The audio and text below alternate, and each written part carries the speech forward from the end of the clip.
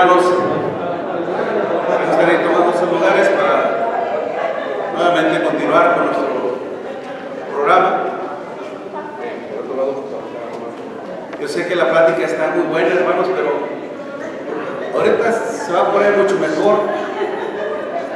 También allá en el comedor, cuando estemos platicando y comiendo, también recuerden que están invitados para la cena.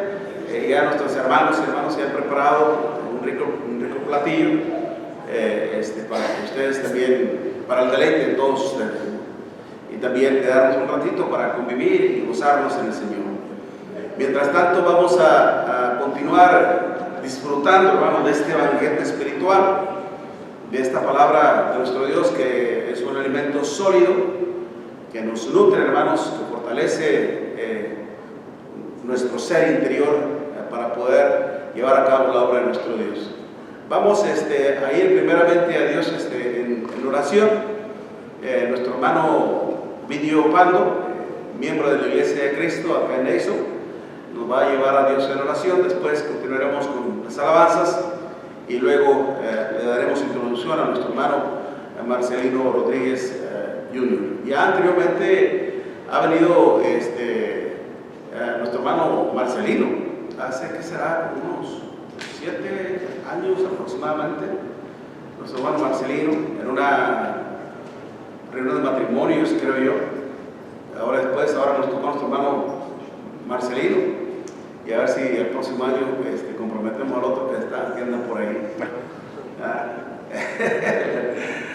A ver, que bien solicitado también el brother, a ver si hay chance para que vengan por acá. Bien, les gusta, si gustan ser un amable, ponerse en pie, hermanos, para ir a Dios en oración. Los hermanos bien, ¿sí?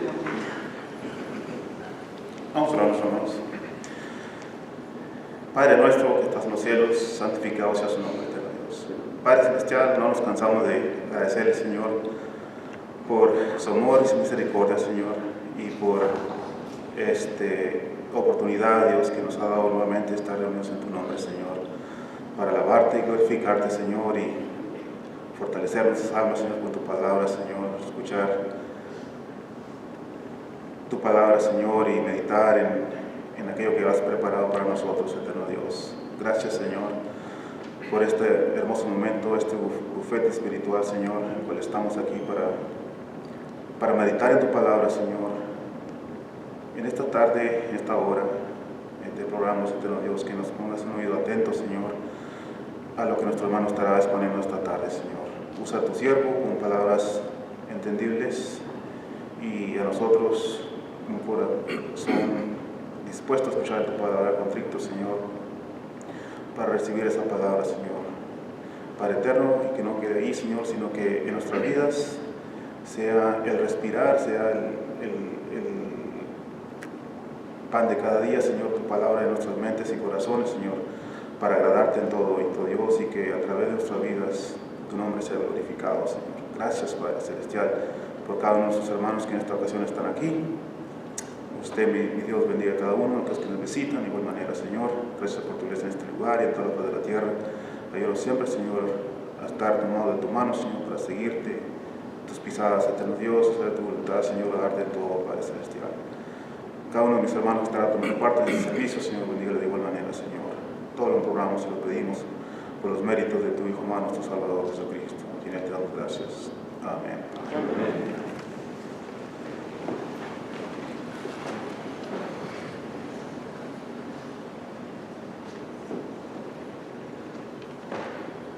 ...154 es el himno, la tumba le encerró. La tumba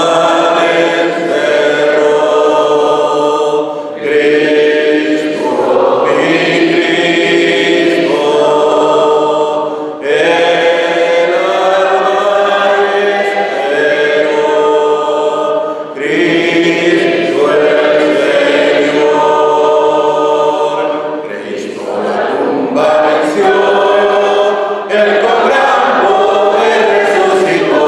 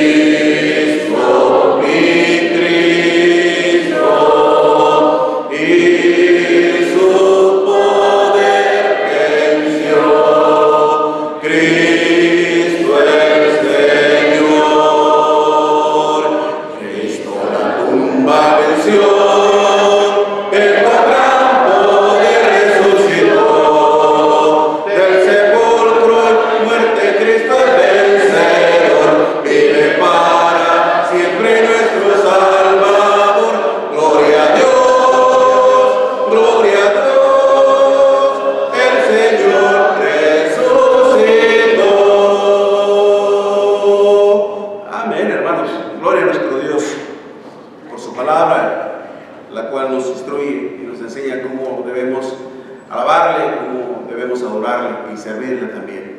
Bien, hermanos, nuestro hermano, aunque también el día de ayer fue presentado,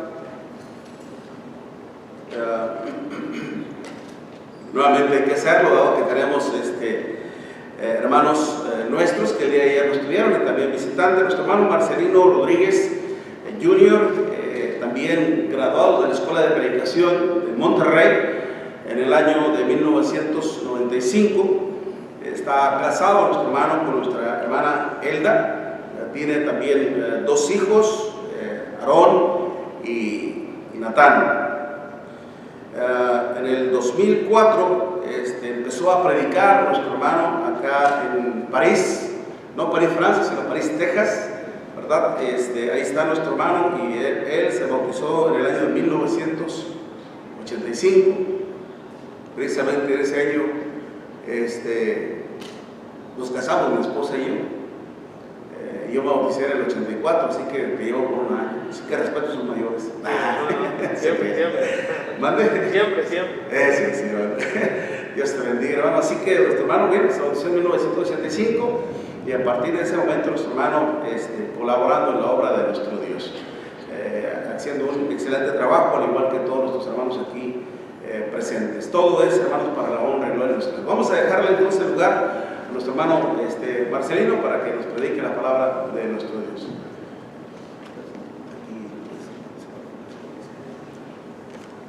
Pues gracias a Dios, hermanos, por la bendición que nos da de estar juntos en esta tarde nuevamente. Y nuevamente quiero agradecer a la congregación aquí local, a su hermano Miguel, por la invitación que nos han hecho a venir a predicar la palabra de Dios. Y quiero leer un texto ahí en 1 Corintios 15, antes de empezar con la meditación. En el versículo 58 dice: así que, hermanos míos, 1 Corintios 15, 58, así que, hermanos míos amados, estad firmes y constantes, creciendo en la obra del Señor siempre, sabiendo que vuestro trabajo en el Señor no es en vano. Y este texto, hermanos, es un texto muy bonito, porque nos ayuda a pensar en que a lo mejor a nosotros se nos olvida lo que hacemos por el Señor. A lo mejor la gente que nos rodea no lo valora o no lo ve tanto como nuestro Dios. Él no es injusto para olvidar 15 años de esfuerzo, 15 años que está festejando la congregación aquí de trabajo. Y 15 años se dicen fácil, hermanos, pero es una vida.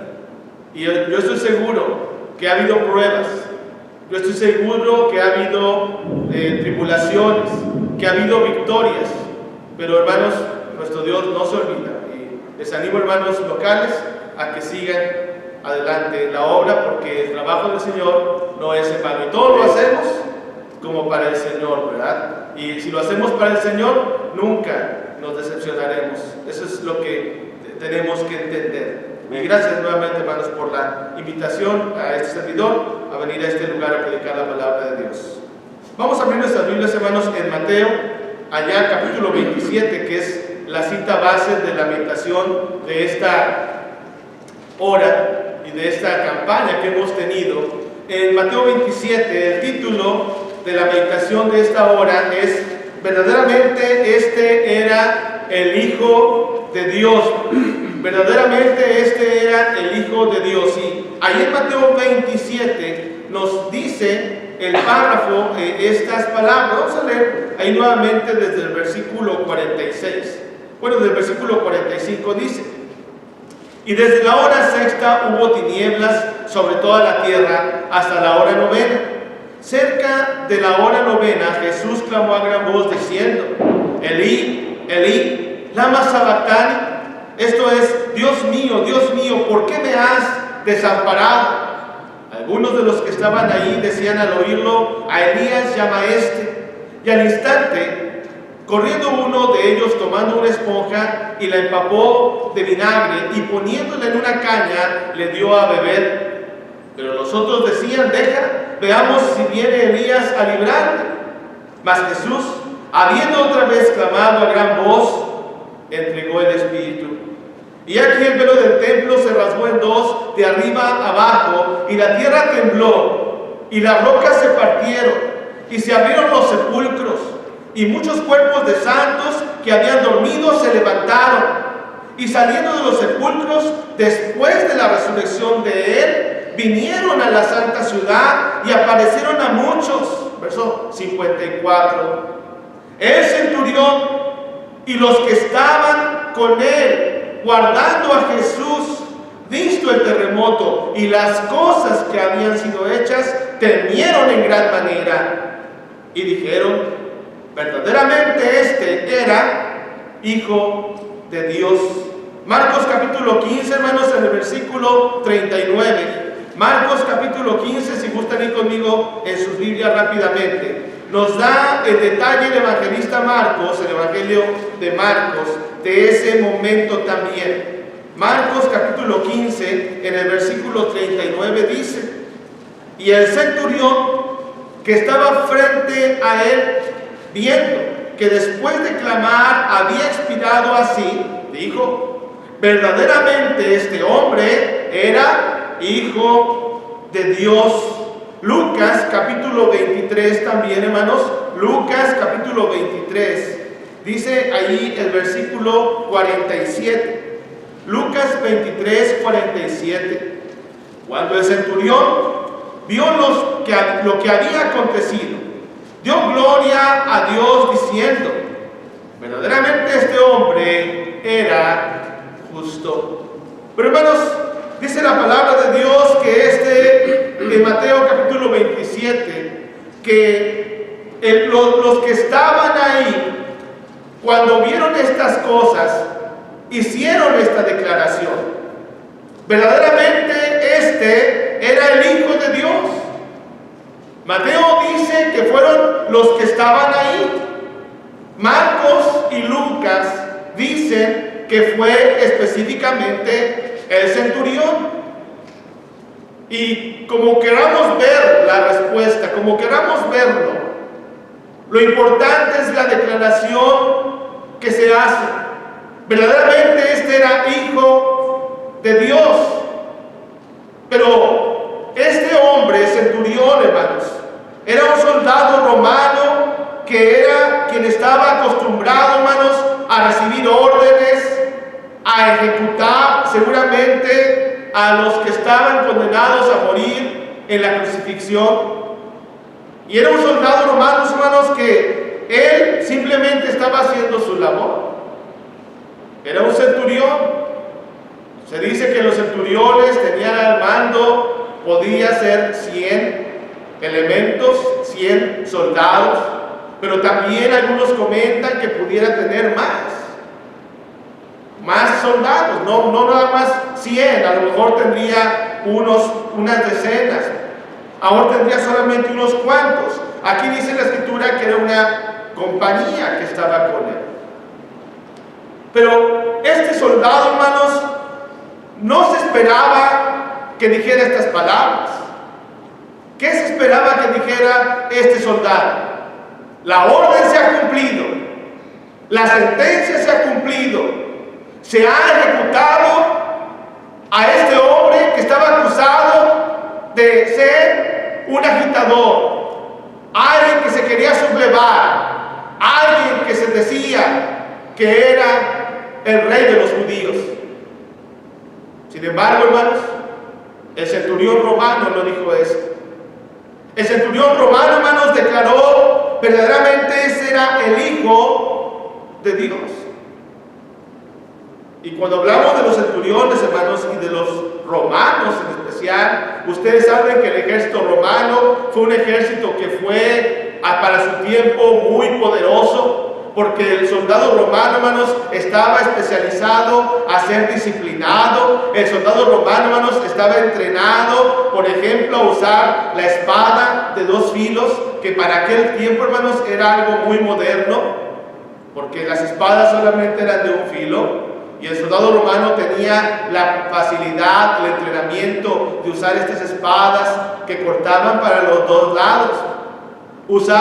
Empezaron a usar armaduras, empezaron a usar ellos el corte de cabello tipo militar. Ya no se usaba el cabello largo que los grandes guerreros usaban en el pasado, ya no, porque el soldado romano tenía que ser disciplinado. Eran soldados romanos. Y cuando pensamos en los soldados romanos, hermanos, y en lo general en un soldado, sabemos que un soldado es disciplinado, sabemos que un soldado está entrenado para obedecer. Yo les digo a los hermanos en París que cuando usted esté delante de un soldado, usted tiene que respetarlo, porque si el soldado le dice a usted, no va a pasar por aquí, usted no va a pasar por ahí. Yo recuerdo en alguna ocasión, estuve ahí cerca de un presidente en México, y me acuerdo que estaba la guardia presidencial, y yo quise meterme a saludar al presidente, y me agarró inmediatamente un individuo, uno de las guardias presidenciales, un señor chaparrito, hermanos. Yo soy chaparrito, ¿verdad? Él estaba más chaparrito, pero me agarró con una autoridad, me agarró de la muñeca y me dijo, usted no va a pasar. ¿Sabe qué hice? Me quedé donde me dijo. Porque un soldado, hermanos, va a obedecer. Porque un soldado lo ponen a marchar, lo ponen a hacer cosas para que aprenda a obedecer. Y si le dan una orden, él la cumple. Y el centurión romano cumplió su orden. El centurión romano llevó a crucificar al Señor. Y él debía haber dicho otras cosas. Se cumplió la orden. Se logró el objetivo. Sin embargo, hermanos, él dice, verdaderamente este era el Hijo de Dios. Ahora, cuando pensamos en soldados en la Biblia, hermanos, es interesante ver que los centuriones, cuando se mencionan en la Biblia, eran hombres, muchos de ellos también temerosos de Dios. El soldado, hermano, no solamente es rudo, o es fuerte, o es tosco. El soldado, hermanos, también en la Biblia vemos que eran temerosos de Dios. Y si no, usted recuerde, por ejemplo, el caso de aquel centurión en Lucas capítulo 7, cuando va allá, manda decirle al Señor estas palabras. Fíjense en Lucas capítulo 7, aquel centurión que tenía un siervo, hermanos, de él, enfermo. Que era un siervo, era un esclavo de él, ¿verdad? Lucas capítulo 7, dice el versículo 7. Dice, hablando del centurión, bueno, verso 3 dice, Lucas 7:3. Cuando el centurión oyó hablar de Jesús, le envió unos ancianos de los judíos rogándole que viniesen y sanasen a su siervo. Y ellos vinieron a Jesús y le rogaron con solicitud, diciéndole, es digno que le concedas esto, porque ama a nuestra nación y nos edificó una sinagoga. Y Jesús fue con ellos, pero cuando ya no estaban lejos de la casa, el centurión envió a él unos amigos, diciéndole, Señor, no te molestes, pues no soy digno de que entres bajo mi techo, por lo que ni aún me tuve por digno de venir a ti. Pero di la palabra y mi siervo sanará. Fíjense la fe de este hombre, hermanos. Dice el verso 8. Porque también yo soy hombre puesto bajo autoridad y tengo soldados bajo mis órdenes. Y digo a este, ve y va, y al otro ven y viene, y a mi siervo hace esto y lo hace. Al oír esto Jesús se maravilló de él. Y volviéndose dijo a la gente que le seguía, os digo que ni aún en Israel he hallado tanta fe. Y al regresar a casa los que habían sido enviados, hallaron sano al siervo que había estado enfermo. Sí, hermanos. Este centurión romano, que para nuestra opinión podría ser un hombre rudo, un hombre sin sentimientos, un hombre que estaba acostumbrado a la guerra, él tenía fe, hermanos. Él tenía amor, él tenía compasión por su siervo, por su esclavo. Y Jesús con razón dice, ni aún en Israel he hallado tan grande fe. Entonces los soldados en la Biblia, hermanos, y los centuriones muchas veces fueron hombres de fe, como este centurión, o como el caso de Cornelio. Y por el tiempo no lo leemos, pero dice la Escritura que Cornelio, allá en Hechos 10, era un hombre que era temeroso de Dios y que hacía muchas limosnas y que él hacía oración a Dios siempre. Y ustedes saben la historia de Cornelio. O recordamos también aquel centurión que llevaba preso al apóstol Pablo en Hechos 27, que lo llevaba allá hacia Roma y que tenía que cuidarlo, y viene el naufragio y viene la tempestad, y Pablo, hermanos, está ahí, y Pablo está animando a los que estaban en la tripulación, a los que estaban en el barco.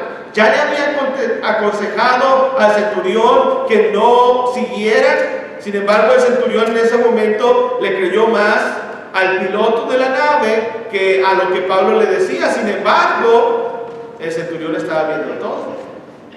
Y Pablo, hermanos, en algún momento los anima y le dice: tenemos que comer. Y hace la oración, y todos, hermanos, en la nave empiezan a comer. Y dice la Escritura que cuando llegó un punto en que los soldados mismos romanos querían dar muerte a los presos para que no se escaparan, dice la Escritura que el centurión romano les ordena que no toquen a ninguno, porque él quería cubrir y salvar a quién, a Pablo. Entonces los soldados romanos, hermanos, no todos eran malos, ¿no? Y este centurión romano, hermanos, llega a declarar que Cristo es el Hijo de Dios. Pero la pregunta que podríamos ver, hermanos, ¿por qué llegaron estos hombres, si Mateo dice que eran varios los que vieron esto, a esta conclusión? ¿Por qué llegaron a afirmar y a hacer esta aseveración? ¿Por qué? ¿Cómo se llegó a ese entendimiento de parte de ellos? ¿Cómo que vieron ellos, los que estaban ahí, que los llevó a entender esto, que los llevó a hacer esta declaración? ¿Qué es lo que vieron ellos? Bueno, hermanos, ellos lograron ver y lograron dejar plasmada con su aseveración uno de los más grandes propósitos de la cruz: que se entienda que Jesucristo es el Hijo de Dios. El propósito de la cruz, hermanos, uno de los más grandes propósitos, es que creamos que Jesús es el Hijo de Dios. Y ellos lo entendieron. Este centurión lo entendió. Pero vamos a ver algunas cosas. Bueno, ¿qué vieron? Número uno, vieron que Jesús, hermanos, en ese momento llevaba todo el pecado de todo el mundo. Fíjense en Mateo 27 nuevamente, hermanos, allá en el versículo 38. Dice la palabra de Dios hablando de ese momento tan doloroso que llevó el Señor. Mateo capítulo 27, nuevamente, en el versículo 38 dice así: entonces crucificaron con él a dos ladrones, uno a la derecha y el otro a la izquierda. Y los que pasaban le injuriaban, meneando la cabeza y diciendo: tú que derribas el templo y en 3 días lo reedificas, sálvate a ti mismo. Si eres Hijo de Dios, desciende de la cruz. De esta manera también los principales sacerdotes, escarneciéndole con los escribas y los fariseos y los ancianos, decían: a otros salvó, a sí mismo no se puede salvar. Si es rey de los judíos, si es rey de Israel, descienda ahora de la cruz y creeremos en él. Confió en Dios, líbrele ahora si le quiere, porque ha dicho: soy Hijo de Dios. Lo mismo le injuriaban también los ladrones que estaban crucificados con él. Y desde la hora sexta hubo tinieblas sobre toda la tierra, dice el texto ahí, hasta la hora novena. ¿A qué entendimiento llegaron estos soldados romanos para poder declarar esto que es tan grande? Bueno, entendieron primeramente, hermanos, que Cristo, Jesús, en ese momento llevaba todo el pecado de todo el mundo sobre sí. Por razón dice la Escritura, hermanos, allá en 2 de Corintios capítulo 5, en el versículo 21, al que no conoció pecado, por nosotros lo hizo pecado, para que nosotros fuésemos hechos justicia de Dios en él. ¿Sí? Al que no conoció pecado, hermanos, por nosotros lo hizo pecado. Y es que, hermanos, el Señor Jesucristo llevó en su cuerpo nuestros pecados, entregó su vida por nuestros pecados. Y ayer mencionaba nuestro hermano Jadiel un poco de ese momento en que nuestro Señor Jesucristo va a la cruz, aún antes, cuando Él estaba en aquel huerto conocido como el huerto de Getsemaní. Dice la Escritura que él, hermanos, estaba pidiéndole al Padre que si él quería, le permitiera pasar esa copa. Si puedes, pasa de mí esta copa, pero no se haga mi voluntad, sino la tuya. El Señor Jesucristo, hermanos, estaba cargando nuestros pecados. Él no abrió su boca. Dice Isaías 53 que Él fue como un cordero mudo delante de sus trasquiladores y enmudeció y no abrió su boca. Y Él, hermanos, sufrió llevando ese dolor. Lucas capítulo 23, hermanos, fíjense lo que dice el versículo 24, hablando de ese momento. Lucas 23, en el versículo 24 dice así: entonces Pilato sentenció que se hiciese lo que ellos pedían, y le soltó a aquel que había sido echado en la cárcel por sedición y homicidio, a quienes habían pedido, y entregó a Jesús a la voluntad de ellos. Y llevándole, tomaron a cierto Simón de Cirene, que venía del campo, y le pusieron encima a la cruz para que la llevasen tras Jesús. Y le seguía gran multitud del pueblo y de mujeres que lloraban y hacían lamentación por él. ¿Sí, hermanos? Ellos estaban siendo testigos, hermanos, del sufrimiento del Señor. ¿Qué fue lo que ellos vieron, hermanos, en aquel momento? Bueno, vieron que Jesús, hermanos, estaba llevando todo el pecado de todo el mundo sobre sí. ¿Se acuerdan en el Getsemaní? Dice la Escritura que Jesús decía que Él, si pudiera, sea la voluntad del Padre, que dejara pasar esa copa. Piense usted un poco en esa copa. Si fuera una copa literal, ¿de qué tamaño sería esa copa? Para los que estamos aquí. Los que estamos aquí. Que llegara esa copa de una manera y que la tuviera yo aquí delante de mí. Y que en esa copa yo pusiera todos mis pecados. Los que he cometido y los que voy a cometer. Todos. Todos. Y que la llevara y que se la diera al hermano Miguel. Y que el hermano Miguel pusiera todos los pecados que él ha cometido y los que va a cometer. Y que así la fuéramos pasando a cada uno de los que estamos aquí. Y que si fuera esto algo posible, se la entregáramos al Señor Jesús, esta copa, y que Él la bebiera. Imagínense, hermanos, qué dolor para el Señor sería esto, y qué dolor fue para Él. Si fuera algo literal, sería algo que no desearíamos. Pero Jesús bebió esa copa, hermanos. Jesús llevó nuestros pecados en la cruz. Jesús sufrió por nosotros. Ayer nuestro hermano Janiel mencionaba el ejemplo de Abraham y de Isaac. Aquel momento tan sublime en que vemos el Evangelio reflejado, que no podríamos entender cómo Dios le pedía a Abraham que sacrificara a Isaac si no entendiéramos la cruz. No entenderíamos, hermanos, el sacrificio o lo que le pedía Dios a Abraham si no entendiéramos la cruz. Sin embargo, por la misericordia de Dios y por el amor, hermanos, lo entendemos. Y vemos cómo Abraham actuó con fe y cómo Abraham estuvo dispuesto a ir a aquel lugar, hermanos, a morir por nosotros. Y cómo Isaac, hermanos, estuvo dispuesto a sufrir. Y entendemos, hermanos, las figuras que la Biblia nos da. Y era lo que entendieron estos hombres. ¿Por qué llegaron a esta conclusión? Porque vieron que Jesús, hermanos, en ese momento llevaba todo el pecado de todo el mundo. Pero también número 2. Ellos también, hermanos, vieron la muerte de Jesús. Dice Isaías 53, allá, fíjense, hermanos, en el versículo 3. Isaías 53, un pasaje que hemos citado desde ayer y que es un pasaje que no podíamos dejar de citar cuando hablamos de esto. Dice Isaías 53 en el versículo 1 al 3. ¿Quién ha creído a nuestro anuncio? ¿Y sobre quién se ha manifestado el brazo de Jehová? Subirá cual renuevo delante de él, y como raíz de tierra seca no hay parecer en él, ni hermosura. Le veremos más sin atractivo para que le deseemos, despreciado y desechado entre los hombres, varón de dolores, experimentado en quebranto, y como que escondimos de él el rostro, fue menospreciado y no lo estimamos.